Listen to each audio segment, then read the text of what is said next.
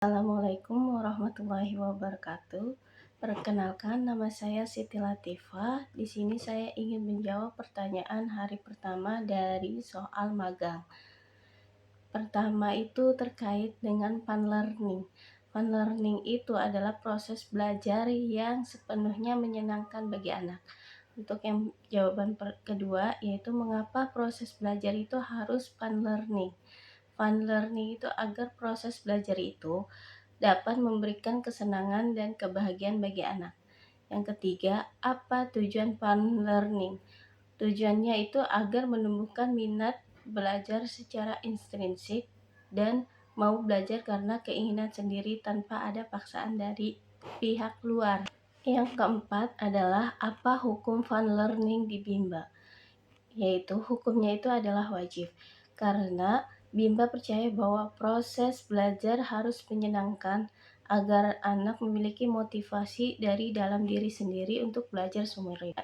Pertanyaan kelima yaitu siapa yang harus merasakan fun learning dan sebutkan alasannya. Yaitu anak dan motivator. Anak adalah agar anak dapat menunjukkan sikap senangnya, semangat, dan antusias melakukan kegiatan bermain sambil belajar. Yang kedua adalah motivator. Motivator adalah agar motivator itu dapat menikmati proses membimbing anak agar komunikasi lebih terarah.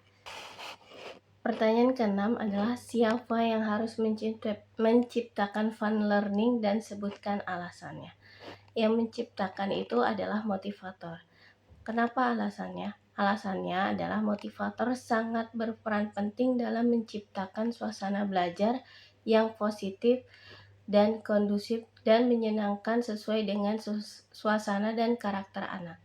Yang ketujuh adalah bagaimana cara menciptakan fun learning, yaitu dengan cara mengajak anak berdialog, bernyanyi, bercanda, dan mendongeng, tidak lupa melakukan evaluasi apresiasi terhadap anak. Yang kedelapan adalah bagaimana cara mengevaluasi anak apakah fun learning atau tidak, yaitu dengan cara melihat sikap ekspresi yang ditunjukkan kepada anak. Yang kesembilan adalah apa dampak yang terjadi apabila proses belajar itu menyenangkan, yaitu anak akan merasa senang dalam belajar, serta anak memiliki minat belajar yang tinggi. Yang 10 adalah apa dampak yang terjadi jika proses belajar itu tidak menyenangkan. Dampaknya itu adalah anak itu akan merasa bosan, tertekan, bahkan takut, malu, serta belajar sehingga anak akan merasa jenuh. Untuk bagian selanjutnya adalah small step system. Apa sih small step system itu? Adalah proses belajar yang dilakukan secara bertahap.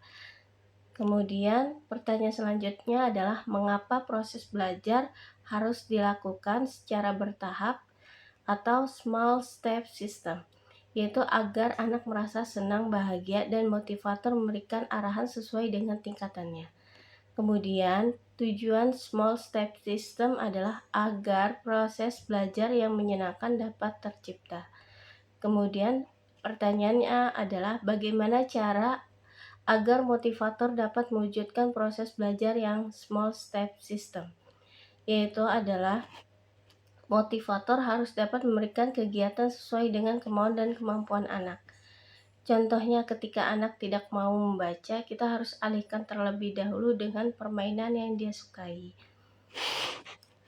Kemudian pertanyaan selanjutnya adalah apa dampak yang terjadi jika proses belajar small step system diterapkan? Dampaknya adalah anak akan lebih mudah memahami materi sesuai tahapan yang diberikan motivator. Kemudian selanjutnya adalah apa dampak yang terjadi apabila proses belajar tidak melakukan small step system.